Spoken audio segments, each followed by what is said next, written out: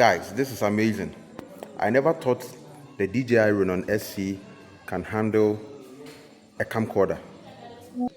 The DJI Ronin SC has been able to handle a 4K camcorder. I thought they said the DJI Ronin SC had its own payload, but look, it's not even off, it's on. But the only thing is that because the battery is extended, it's long, it hits the motor, the back motor of the gimbal. That is the only disadvantage.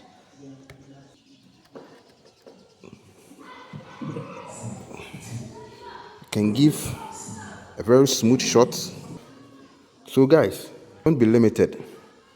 Try everything possible to use the little that you have